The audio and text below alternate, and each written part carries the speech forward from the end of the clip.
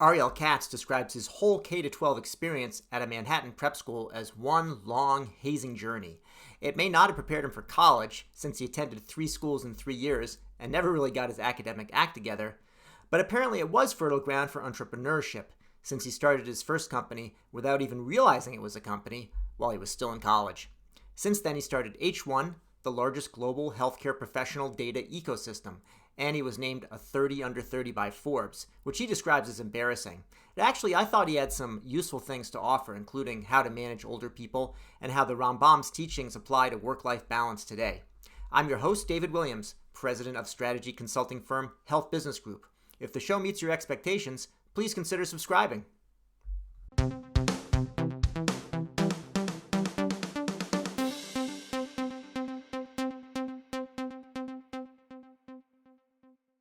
Ariel Katz, CEO of H1. Welcome to the HealthBiz podcast.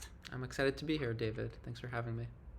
Outstanding. So we're going to talk about H1, which is, I think, an exciting concept and it'll be easy in the headline for the podcast. I'll have to have some other characters there. You got like a regular length name and a short length company name, so I'll have to throw in some adjectives or something. But in any case, we'll talk about that.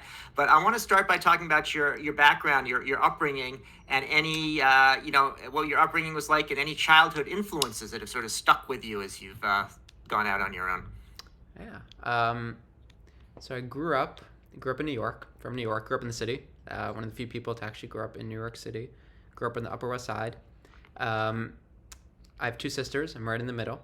So older sister, younger sister. I'm one of those people that went to the same school, K through 12, my entire life. So mentioning I'm Jewish, I went to this Jewish prep school. In New York City, you find these like prep schools, hotshot prep schools. I went to like this Jewish prep school, which is a mix between like a really Jewish organization and a school to try and get you into the best colleges. Went through K through 12, sort of like hazing. It's like once you're through it, it sticks with you and you build stronger. You're calloused because of it.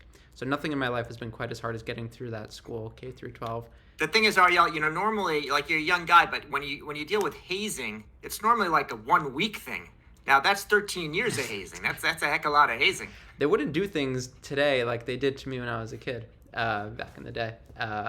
No, it's 13 years of hazing, but it makes you tough, thick-skinned. Thick-skinned being in the Upper East Side, go through hazing. It's when I went to college, I was like, wow, this is just so much easier. Yeah. It's crazy. In school, I would get there at 8, which means I'd wake up at like 6:30, and we would end school at 5, and then I have like 4 hours of homework. Yeah. And that was my life for since like 7th grade or 8th grade.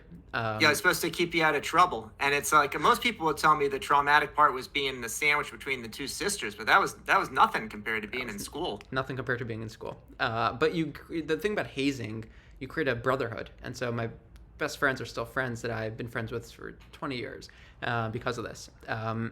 So I went there, and then I did 3 colleges in 3 years, and then basically wanted to drop out my 4th. So I went to University of Pittsburgh, freshman year. Then I went to Hebrew University in Jerusalem. And then I went to Binghamton University, which is where I started my junior year, is when I started my first company. Summer, second semester, and then summer of junior year. I didn't know it was a company at the time. I was just working on something with friends, and I didn't want to get a job because I don't think I would be good in that environment. So we just started working on it, and then never looked back. So if you had done a 4th year at college, where would it have been? I was in Binghamton my 4th year. I was just failing. Okay. It was straight D's, which is a good. Yeah. It's consistent. Well, at least. It's nice, and I guess at least you didn't get an H. Straight D's. Missed a couple finals. Missed a couple final papers, but it was all good. Well, that's good. Well, at least the in-state tuition is reasonable, right, SUNY Binghamton? So exactly you were probably. I hope you're getting credit for that. They consider, Manhattan, Upper West or Upper East Side is still considered part of New York State, or at least it was when you were there. Is that right? That's correct. Yeah, downstate. Yeah. Yeah. So you get that. So and sometimes like if you're from that area, you think upstate, you're thinking that's like, the Bronx or maybe White Plains, but there's a whole upstate above that too. That's exactly right. Yeah, I actually liked my time at Binghamton. It's a very different experience because but you transfer in junior year, you don't have any friends, you don't have a social life, and so all I did was throw myself into work obsessively. So what was this project that was actually a company that you didn't realize it was a company? So the summer of my sophomore year, I lived in the Upper West Side, and so I was doing research at Hawkins Lab at Columbia University. They were studying. There's only two labs in the U.S. at the time studying consciousness. There was one up in Cornell, and there was one at Columbia, and I was just interested in it. And so I did research in it. I was like, I'm a super qualified to give research at Columbia. Binghamton's a good school, but Columbia's a more prolific academic institution. And I couldn't get involved in research at Binghamton. I was like, this is insane. That doesn't make any sense. I'm more qualified than all these other people. I didn't believe it. And so I said, screw this. I'm going to create a platform where researchers post research opportunities for students, and students can apply to those. Think about like Indeed for research opportunities. And then it expanded because I got involved with research using my own product, which was cool. And then I was like, now I want to get a PhD. I can't find out who to do work with. This is insane. Yeah. And so I ended up creating a product which is called Research Connection, which turned into a company to help students get involved with research all around the country. That's pretty good. Now, to get a PhD, you have to get a bachelor's first in most cases, and sometimes a master's.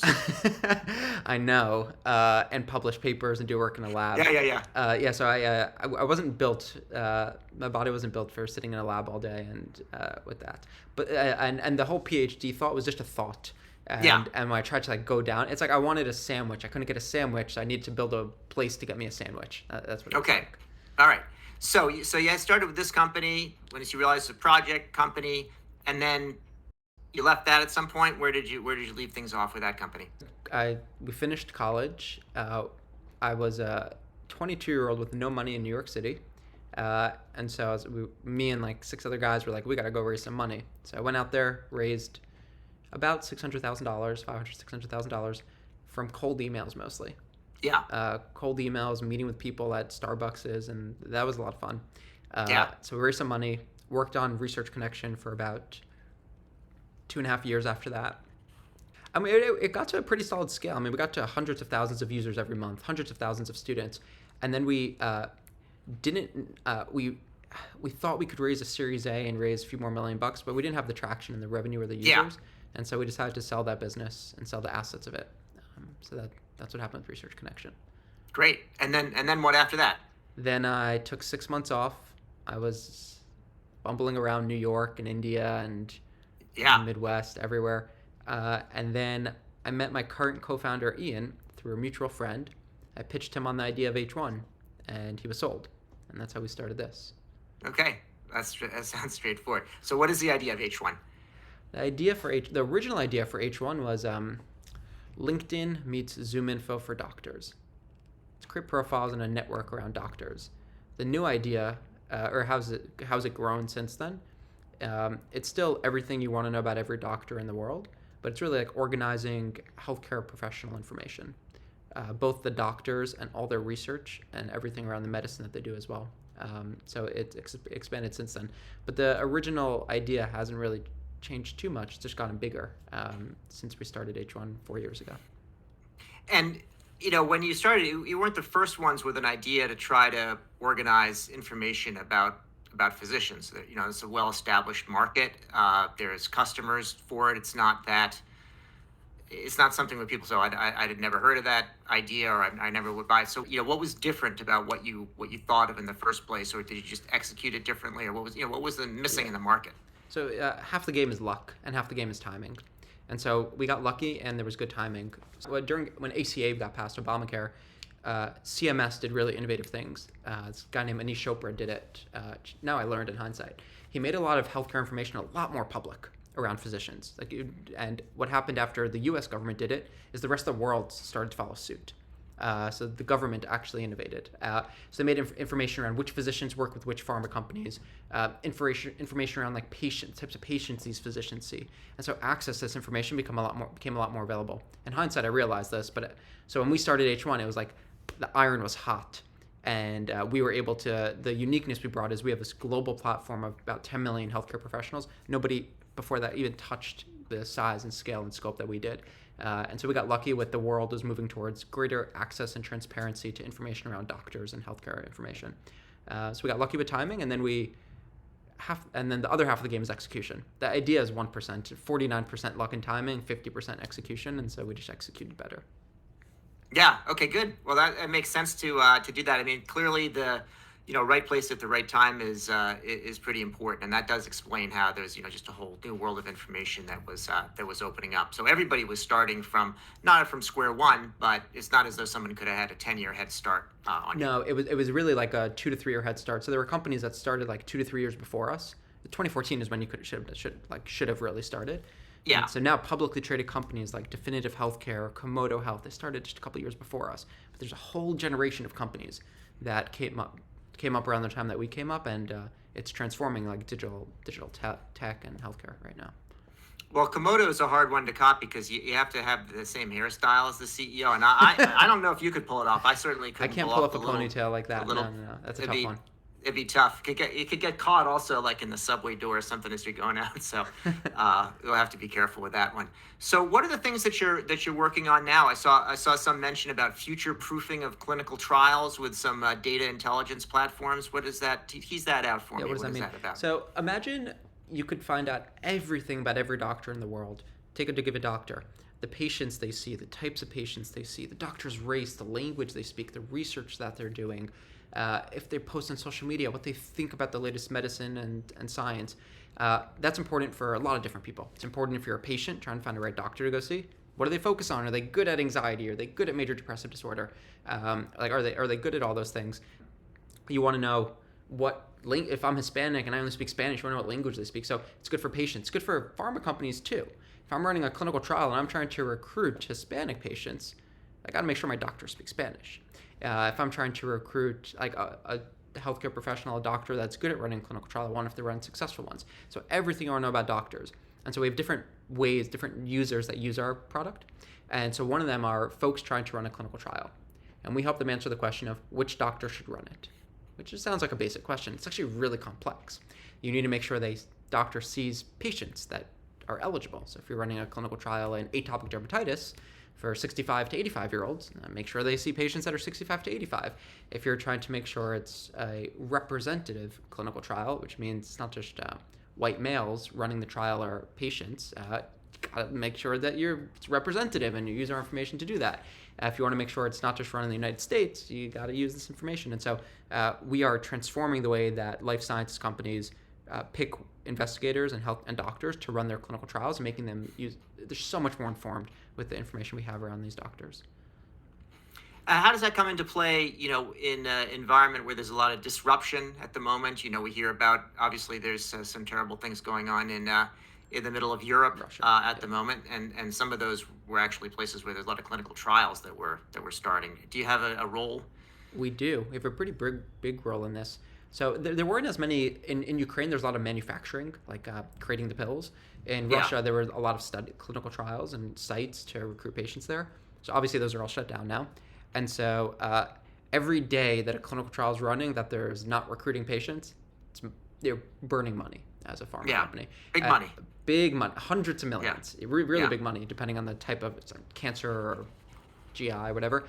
And so a lot of pharma companies called us and said, I'm shutting down my Russia sites. Where can I find these patients? Where are the doctors? Where are the hospitals? Where should I do this? And so we got a lot of phone calls like that, given the situation in Russia and Ukraine right now. And what else? What are the other areas of focus for the company? Where are you adding value? Who are you interacting with? Yeah, great question. So really, we're across the healthcare ecosystem. So this past year we launched a product to help patients find the right doctor to go see, which is so powerful. We're powering insurance companies find a doctor pages. You might have been to it. I don't know what insurance everyone's listening to has, but if you go to like Aetna or Cigna's find a doctor page, not that useful, not that great information. So you don't know if it's the right phone number, you don't know what they clinically focus in, you don't know anything really. And so we're helping power those pages so patients find the right doctor to go see. That's like a big initiative, helping clinical trials teams find the right doctor to run a clinical trial. Another one, a company we just partnered with and acquired, knowing what doctors think about the latest medicine and science. Wouldn't it be nice to know if your doctor has faculty opinions? Is that one faculty opinions? Yeah, I love the name of that company. Faculty opinions, so it's so opinionated, and just I think FO is a nice moniker for it. FO is a very nice moniker. It's really crazy in this world. Like my doctor prescribes me a drug, without faculty opinions, I don't know what other doctors think about it. I could look on WebMD, but now you could go to faculty opinions as we're making it widely available and be able to look at it there. And so it's really everything you want about doctors. And so some of the big initiatives are around clinical trials, helping patients find the right doctor to go see, understanding what doctors think about the latest science in medicine. Those are some of the big areas. So how does it work? How does faculty opinions come together? And how is it different from just, say, like a focus group, just asking 10 random doctors what they think? Great question. So the way it works is, on faculty opinions, we have different topic areas that doctors, really biologists and doctors, so it's, I think, across the board, cover. And so they could cover like eczema, or they could cover lung cancer, they could cover whatever, early stage biology. We invite the most prestigious academic or scientist or doctor. We have 8 Nobel Prize laureates today on faculty opinions, and then they invite their peers. And so for a given topic like eczema, you don't just have like 10 random docs on eczema. You have the most prestigious, the creators of eczema cream type doctors on faculty opinions. And whenever there's new science that comes out, or medicine that comes out, they would write their recommendations about what they think about it. If it's good, if it's bad, all these things on faculty opinions. So it's an invite-only community. You have to be invited. It's actually pretty prestigious to be included as a faculty member. And then they write these recommendations about the latest science and medicine that comes out on faculty opinions. How would that be different from, say, Up to Date? Great question. Up to Date is like, it's more curated content by medical writers. Yeah. It's more like a publication. This is more like Rotten Tomatoes for medicine and science, where you would see this new publication and they would write, really good for teaching. Here are the reasons. Efficacy is good. Breakthrough science. You should really read this paper. Up to Date is more like you would search ankylosing spondylitis and you would find all the latest pubs and information around it. This is a lot more like reviews and recommendations around science. I like the Rotten Tomatoes. That way I go on and make sure not to take any drug that's less than a 90%. But I want to know like the critics rating and the audience rating too. So do you have the audience part of it? We don't have too? the audience part. This is more like, that's funny. That's a good example. This is more like a New York Times book review. That's better analogy. You only get the critics. Now let me go back to the when you were talked about the Find a Doctor pages on the health plans. Why is it so hard to have an accurate physician directory? It's impossible without H1. So CMS did a study. It's a crazy stat. 46% of them are inaccurate. So it's about half. You go to a directory of doctors, half of them are wrong on your insurance website. It's brutal. They just passed legislation January 1st where you get penalized as a health plan, as an insurance company, if it's inaccurate, called the No Surprise Act. Why is it so hard? So a few different things. Doctors don't just work. I work at H1. I don't work at 5 companies. Doctors don't work that way.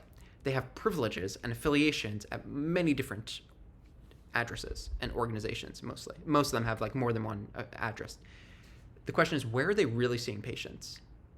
What's the phone number to call the doctor to book an appointment to see patients? Are they currently accepting patients? Those are like really hard questions to answer. And the doctor's busy, so they don't want to put it in. And so it sounds simple, but it's actually a pretty hard data problem to crack. I know it's been a difficult one. I mean, partly you can see it that physicians are not necessarily that good at things like branding and making information available. I think half the my doctor's practice is called Healthcare Associates. What a name. They'll win with SEO with that name. It's like, oh, that's everybody. It's like 50,000 doctors work at Healthcare Associates, or associates in gastroenterology. Yeah. So you could have any of those.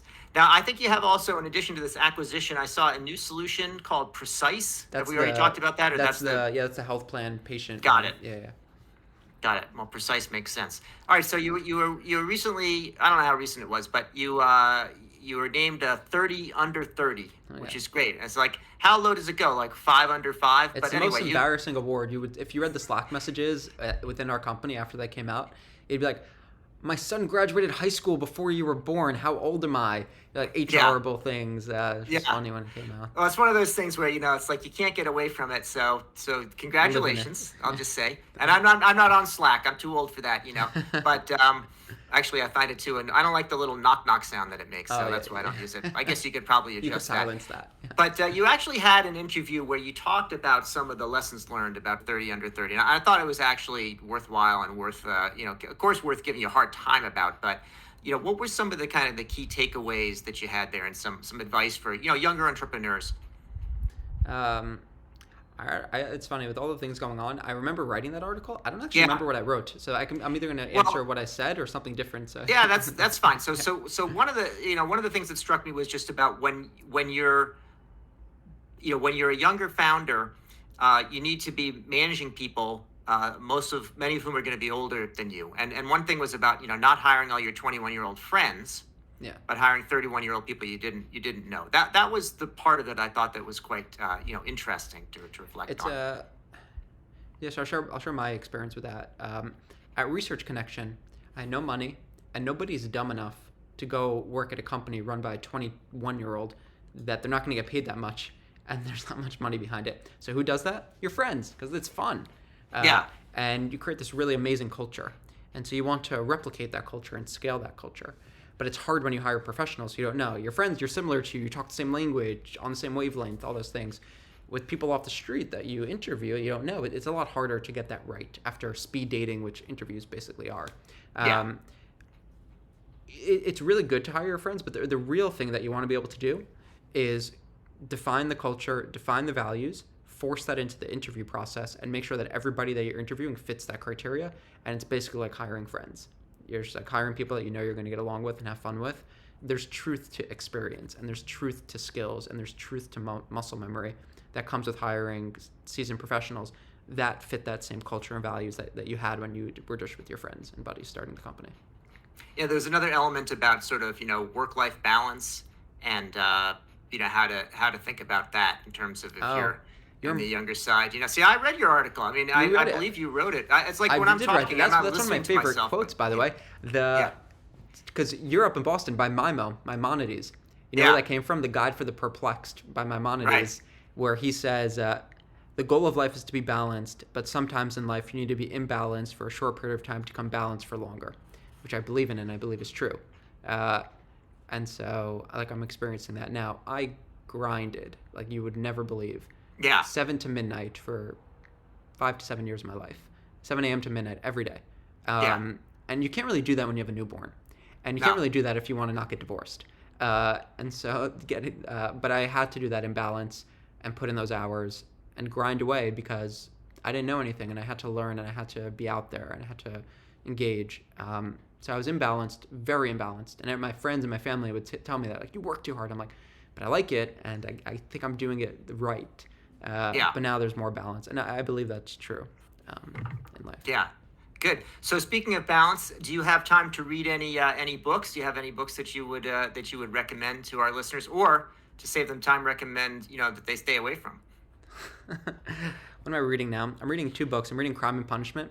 So I didn't do too well in high school, so I skipped all the books. So I read amazing high school books, and I realized the books they tell you to read in high school are actually good books. Like Great Gatsby, it's amazing, and Crime and Punishment is a very good book. It's very sad, but I'm reading Crime and Punishment right now. That's the one. It's very gut wrenching and sad, and it reminds me of the war going on now in Russia and Ukraine. Yeah. But that's one where I would recommend it if nobody read those in high school and skipped all the high school books like me.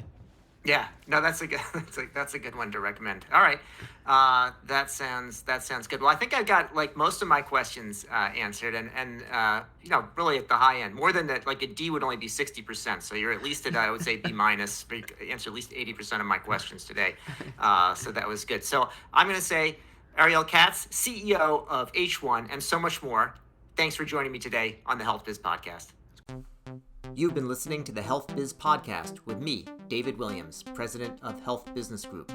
I conduct in-depth interviews with leaders in healthcare business and policy.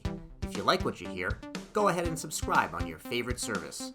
While you're at it, go ahead and subscribe on your second and third favorite services as well.